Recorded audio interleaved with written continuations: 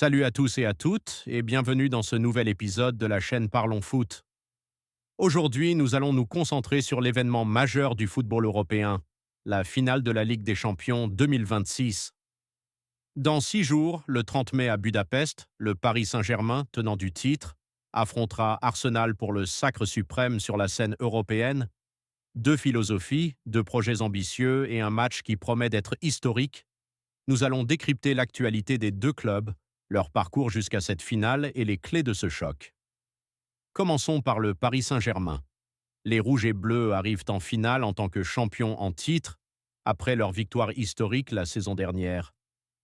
Cette saison encore, ils ont dominé la Ligue 1 et ont été sacrés champions il y a quelques jours. Sous la direction de Luis Enrique, le PSG a montré une belle maturité en Ligue des Champions. Après avoir éliminé des équipes comme Chelsea et Liverpool, ils ont livré une demi-finale intense face au Bayern Munich. Ousmane Dembélé, malgré une petite alerte physique récente contre Paris FC, reste l'un des hommes en forme. Achraf Hakimi, dans le groupe mais incertain de débuter, pourrait apporter sa puissance sur le côté, tandis que Warren Zaïre-Emery s'impose comme un leader au milieu de terrain. Reste à savoir s'il va débuter. Kvara et Vitinha sont également très attendus. Luis Enrique a récemment déclaré en conférence de presse « Nous sommes prêts. Nous savons ce que signifie gagner cette compétition et nous voulons écrire une nouvelle page d'histoire. » Du côté d'Arsenal, c'est une saison de rêve. Les Gunners ont enfin mis fin à 22 ans d'attente en remportant la Premier League sous la houlette de Mikel Arteta, une consécration attendue par tout un club. En Ligue des Champions, Arsenal a réalisé un parcours solide, avec une qualification en finale aux dépens de l'Atlético de Madrid. C'est leur première finale depuis 2006. Bukayo Saka est dans une forme étincelante, tout comme Victor Gyökeres, auteur de plusieurs buts décisifs cette saison. Declan Rice et Martin Ødegaard apportent l'équilibre nécessaire au milieu. La défense, emmenée par William Saliba et Gabriel, reste l'une des plus solides d'Europe. Mikel Arteta a affirmé « Nous avons travaillé des années pour vivre ce moment. Nous ne sommes pas venus en finale pour simplement participer, nous voulons gagner. » Cette finale oppose deux styles bien différents.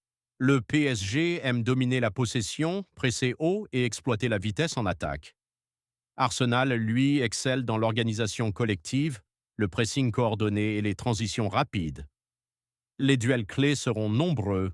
Dembélé et Kvara face à la défense anglaise, une bataille au milieu de terrain entre Vitinha Neves et Reece Zubimendi, ou encore Saka contre Mendes qui avait tourné à l'avantage du Portugais en demi la saison dernière.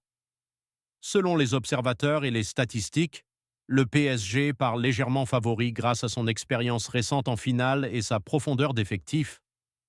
Cependant, Arsenal bénéficie d'une confiance maximale après son titre en Premier League et pourrait créer la surprise. Beaucoup d'analystes estiment les chances du PSG autour de 55 à 58%, mais sur un match unique, tout reste possible. La gestion de la pression et des coups de pied arrêtés sera déterminante.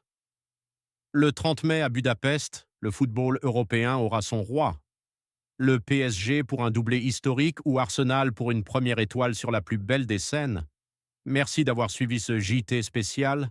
N'hésitez pas à liker, commenter et partager vos pronostics. Qui voyez-vous champion d'Europe? Prenez soin de vous et à très bientôt pour de nouvelles informations foot.